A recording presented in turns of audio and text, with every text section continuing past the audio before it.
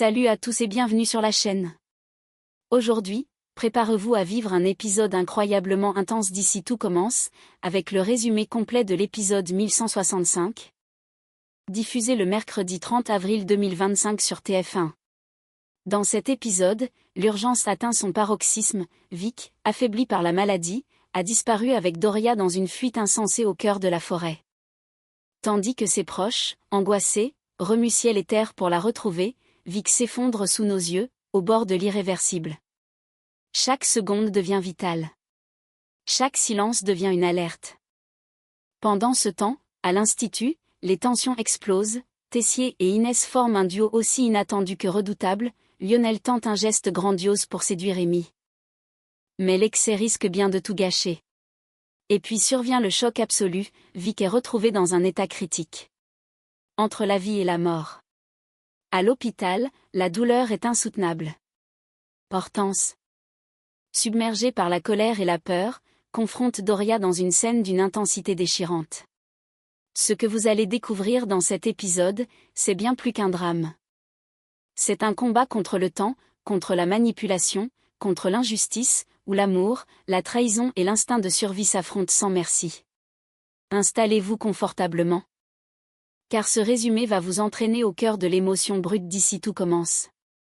Et croyez-moi, rien ne sera plus jamais comme avant à l'Institut Auguste Armand après ça. L'inquiétude grandit à l'Institut. Mehdi, toujours sur le qui-vive, fait une découverte qui glace le sang. Doria a rendu la clé de sa chambre d'hôtel hier soir. Son visage se ferme. Tous comprennent immédiatement ce que cela signifie. Doria est peut-être déjà partie avec Vic, loin de tout, sans laisser la moindre trace. Face à l'urgence, Hortense ne tergiverse pas. Le cœur battant, elle déclare. Il faut prévenir les gendarmes. Il est clairement question d'abus de faiblesse. Car Vic, affaibli par la maladie, manipulé psychologiquement, est en réel danger. Chaque minute compte désormais pour la retrouver. Pendant ce temps, dans un registre bien différent, une étonnante complicité naît entre Tessier et Inès. Fidèle à son nouveau rôle d'ombre du directeur, elle le suit à son rendez-vous avec le boucher de l'Institut. Tessier, méthodique, inspecte la facture sous toutes ses coutures et lâche. Pain sans rire. J'aurais bien aimé avoir 4% de remise sur ce bœuf. Le commerçant reste inflexible. Mais Inès, audacieuse et rusée, intervient d'une voix tranquille. Il y a un autre fournisseur qui propose mieux. On pourrait aller voir ailleurs, non? Sous le regard médusé de Tessier, le boucher cède, concédant la remise. Tessier, impressionné, esquisse un sourire rare et franc. Pas mal, l'anneau 3. T'as du toupet. Une véritable complicité commence à éclore entre eux, mélange de provocation amusée et d'admiration sincère. Inès, espiègle, va même jusqu'à lui apprendre quelques expressions modernes, provoquant chez Tessier un regard mi-exaspéré, mi-fasciné. De loin, Zoé et Gary observent la scène, interloqués. Zoé chuchote. Hilar. Ça y est. Entre eux, ça colle. Gary approuve d'un sourire, un duo inattendu est en train de se former sous leurs yeux. Et à l'Institut, cela promet des étincelles. Au cœur de la forêt, la nuit a été rude pour Vic et Doria. Sous une tente sommaire, exposée au froid et à l'humidité, elle se réveille à peine au lever du jour. Vic, blême et épuisé, se redresse difficilement. Son visage est marqué par la fatigue extrême. Elle se tient la tête entre les mains, la voix faible. J'ai mal. J'ai mal à la tête. Doria, imperturbable, diagnostique calmement. C'est normal. Tes migraines viennent sûrement de la baisse de ton taux de sucre dans le sang. Elle lui tend une gourde d'eau. Comme si cela pouvait suffire à apaiser son mal. Vic boit quelques gorgées, mais son corps envoie des signaux d'alarme de plus en plus inquiétants. Ignorant l'état de faiblesse visible de Vic, Doria lui propose de continuer leur programme. On va faire une petite marche, juste pour réactiver la circulation. Ça va te faire du bien. Vic tente de se lever. Mais son corps refuse de suivre. Elle chancelle, son regard devient flou, les arbres autour d'elle semblent vaciller. Elle lutte, serre les dents, avance d'un pas hésitant, mais très vite. Elle s'effondre sur elle-même. À bout, elle craque, les larmes aux yeux. J'en peux plus. Je suis épuisée. Je veux arrêter. Sa voix tremble de colère et de désespoir.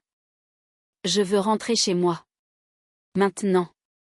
Face à elle, Doria tente de masquer son inquiétude, mais la situation lui échappe totalement. Vic, si déterminé quelques jours plus tôt, vient d'atteindre ses limites physiques et mentales. Il est clair que si personne n'intervient rapidement, la situation pourrait basculer vers l'irréparable. Dans un coin animé de l'institut, Tom, fidèle à sa réputation de fouineur, ne peut s'empêcher de partager ses trouvailles. Téléphone en main, il s'approche de Lionel. Un air faussement choqué sur le visage. J'ai stalké Amy sur les réseaux. Mec, tu savais qu'elle est déjà sortie avec des chefs étoilés? Pas un, plusieurs. Lionel reste interdit. Légèrement déstabilisé par l'information. À côté d'eux, Jasmine lève les yeux au ciel, excédée. L'écoute pas, sérieux. Il raconte n'importe quoi. Mais Tom, tout sourire, continue d'entretenir le doute, visiblement ravi de semer un peu la zizanie. Au même moment, l'atmosphère est bien plus lourde ailleurs dans l'institut. Eugénie, la mère de Vic et d'Hortense, arrive d'un pas précipité. Elle retrouve Hortense et Mehdi, qui l'attendent, l'air grave.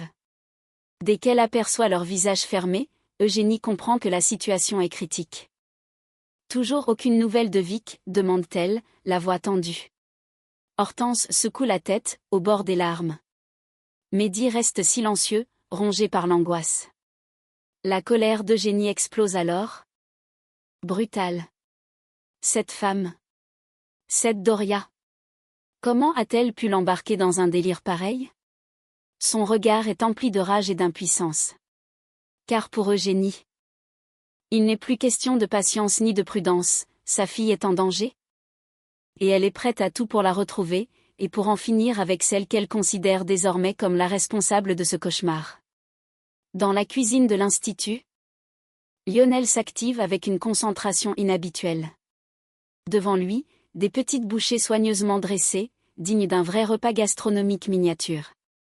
Il ajuste, rectifie, perfectionne chaque détail, il prépare un pique-nique très spécial pour Amy.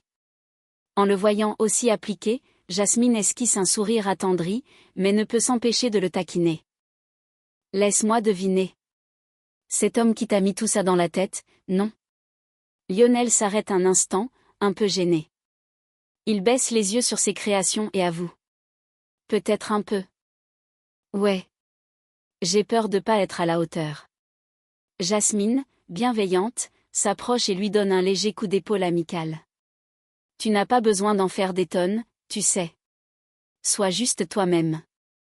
Mais Lionel, déterminé, secoue doucement la tête.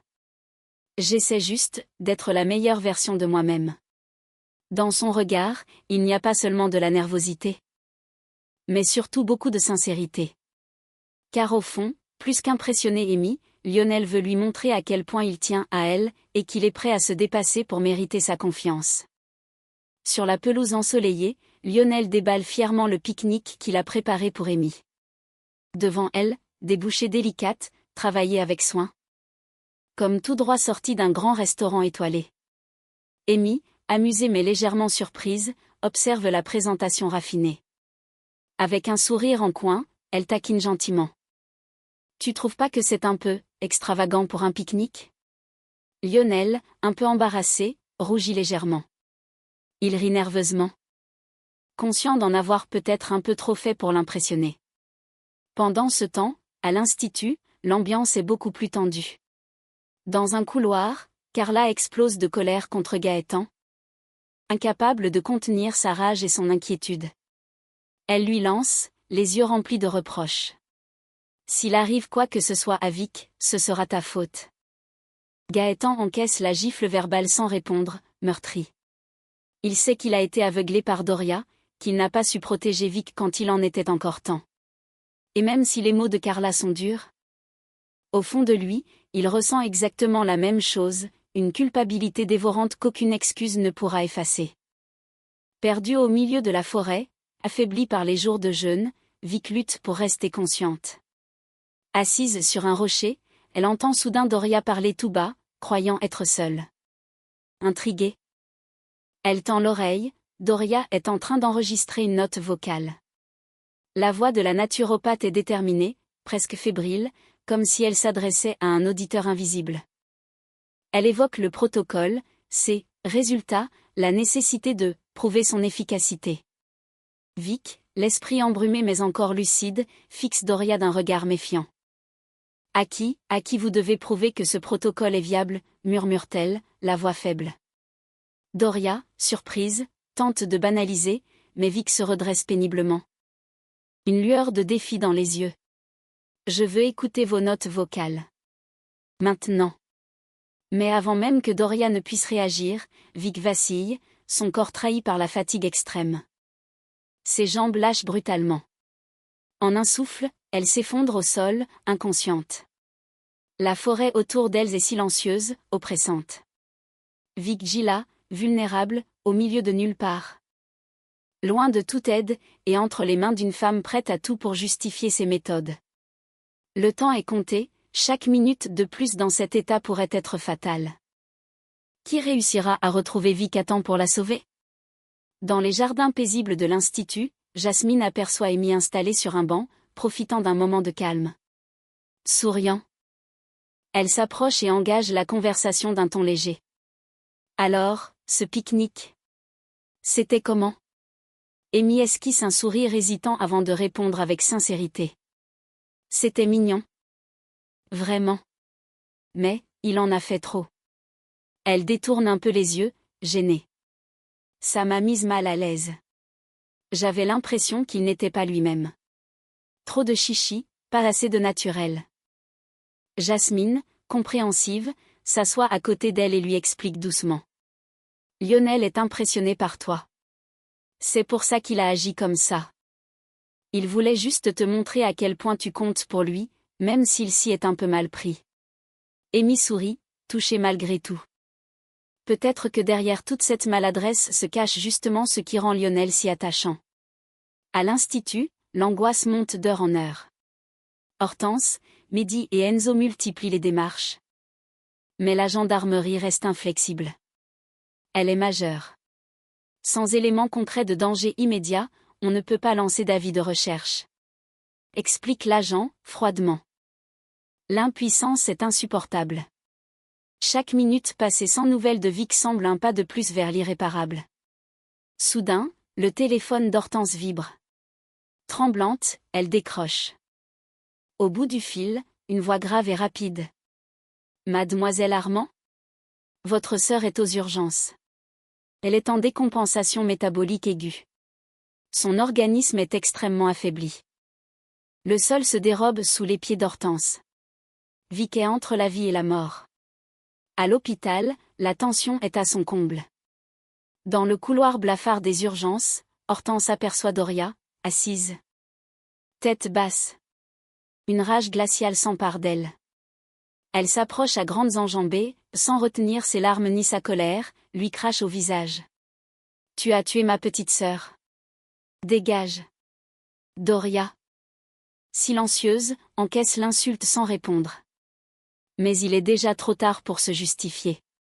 Plus personne ici n'est prêt à lui pardonner. Brisée, Hortense recule, submergée par la douleur. Enzo la rattrape juste à temps.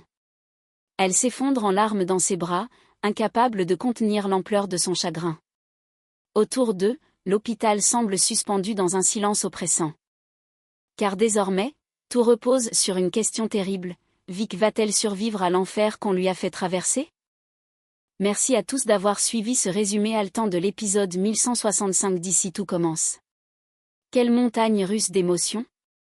Entre la disparition de Vic, son combat désespéré pour survivre, et l'effondrement déchirant de ses proches, cet épisode restera sans aucun doute gravé dans nos mémoires. La question est désormais suspendue à tous les cœurs, Vic va-t-elle réussir à s'en sortir? Ou est-il déjà trop tard pour réparer les dégâts? Dites-moi en commentaire ce que vous ressentez après cet épisode, colère contre Doria, compassion pour Hortense, ou peur pour l'avenir de Vic. Vos avis me passionnent et j'adore échanger avec vous. Si vous avez aimé cette vidéo, pensez à liker, vous abonner et activer la cloche pour ne rien manquer des prochains résumés riches en suspense. On se retrouve très vite pour découvrir ensemble la suite des événements, plus bouleversantes que jamais, ici, sur votre chaîne dédiée à Ici tout commence. À très vite.